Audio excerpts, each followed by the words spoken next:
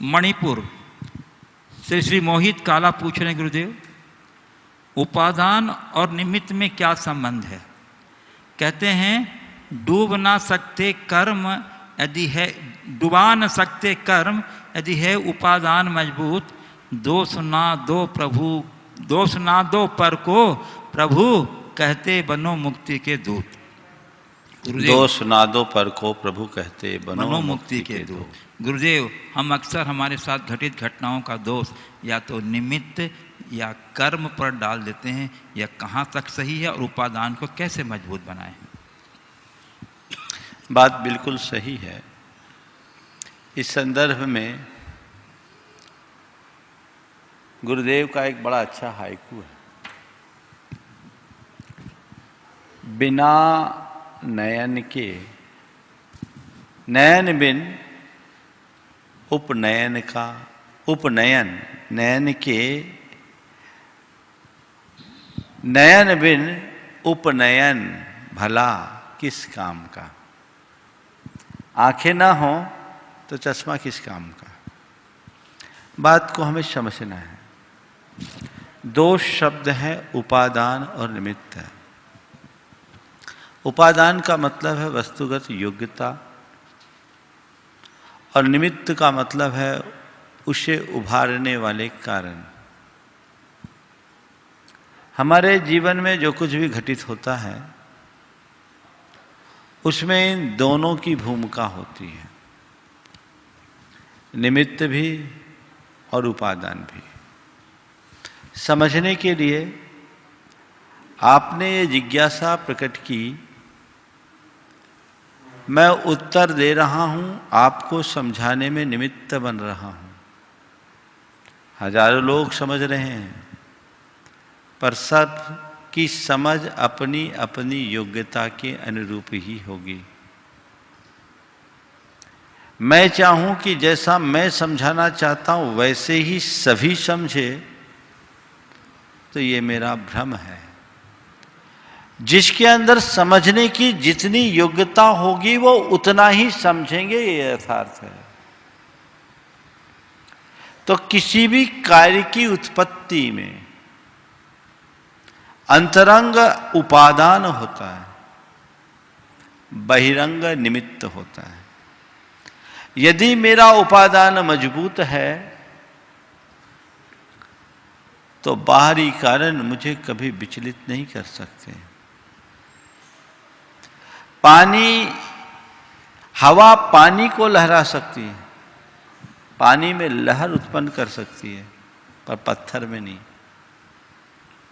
पानी में लहर केवल इसलिए होती है क्योंकि उसमें लहराने की योग्यता है। हवा के निमित्त से लहर उत्पन्न हो गया, पर पत्थर में यह नहीं हो सकता क्योंकि पत्थर में लहर उत्पन्न करने की योग्यता का अभाव है।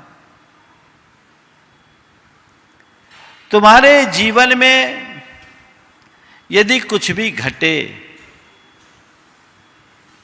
तो उसके पीछे के मूल कारण को समझो। जैसे समझने के लिए कुछ दुख घट रहा है, कोई कष्ट आ रहा है, कोई परेशानी आ रही है और उसमें दिख भी रहा है कि ये इसकी वजह से हुआ,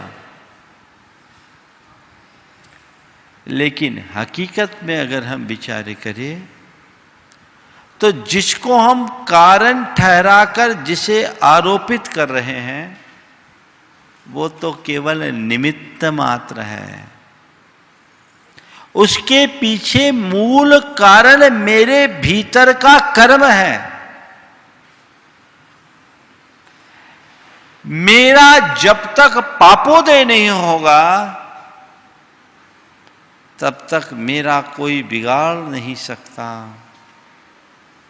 और मेरा जब तक पुण्योदय नहीं होगा तब तक मेरा कोई सुधार नहीं सकता। एक बड़ी पुरानी कथा आती है। एक मुनिराज ध्यान में निमग्न थे। एक व्यक्ति उधर से गुजरा, मुनिराज के दिगंबर मुद्रा को देखकर उसके मन में बड़ा गहरा क्षोभ हुआ। उसने महाराज को ढेर सारी गालियां देना शुरू किया। मुनिराज चुपचाप स्थिर चित्त बैठे थे। गालियां देते देते इससे पहले एक घटना और हुई। एक मुनिराज, जो वही मुनिराज तपती धूप में बैठे थे, एक भक्त उधर से गुजरा।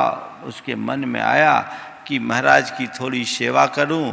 उसने महाराज के सिर में घी लगाया, पूरे शरीर में घी फैल गया। वो तो घी लगाकर चला गया। थोड़ी देर बाद चींटियां महाराज के शरीर पर चढ़ गई, चूट चूट के खाने लगी।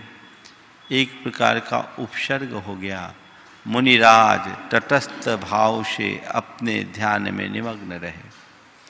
और थोड़ी देर बाद दूसरा आदमी आया। उसकी दृष्टि मुनिराज पर पड़ी। वो उन्हें गालियां देने लगा और उसके पास गन्ना था, चूस चूस कर उन पर थूकने लगा। चींटियां घी का स्वाद लेकर थक चुकी थी।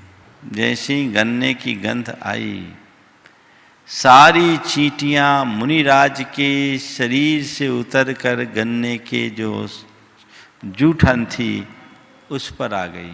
मुनिराज का उपसर्ग दूर हो गया।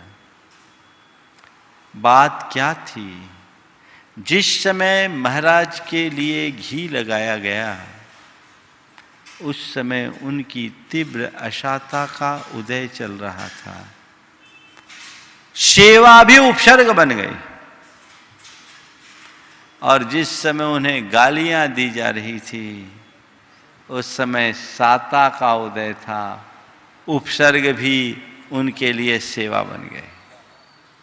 ये संबंध है निमित्त का। तो तेरा कुछ भी नहीं बिगड़ेगा अगर हो कर्म मजबूत। हमें हमेशा अपने अंतरंग पर ध्यान देना चाहिए। सीता जी ने रावण को कभी दोषी नहीं कहा। क्या कहा? मेरा रूप ही ऐसा है, ये मेरा कर्म का उदय है। एक कुत्ता होता है और एक शेर होता है। कुत्ते पर अगर कोई पत्थर फेंके, पत्थर मारे, तो कुत्ता पत्थर की तरफ भागता है। उसे लगता है पत्थर मुझे मार रहा है। तब तक 2-4 पत्थर उस पर और पड़ जाते हैं। और शेर पर कोई गोली चलाए तो सीधे गोली चलाने वाले की तरफ झपटता है। तो पत्थर पर पत्थर के पीछे भागने की जगह पत्थर फेंकने वाले को पकड़ो। निमित्त को देख रहे हो तो तुम पत्थर के पीछे भाग रहे हो, कुत्ते जैसा जीवन जी रहे हो। उपादान को देख रहे हो तो तुम पत्थर फेंकने वाले की तरफ लपक रहे हो, शेर की तरह जी रहे हो। तो उपादान की तरफ अपनी दृष्टि हमेशा रखनी चाहिए।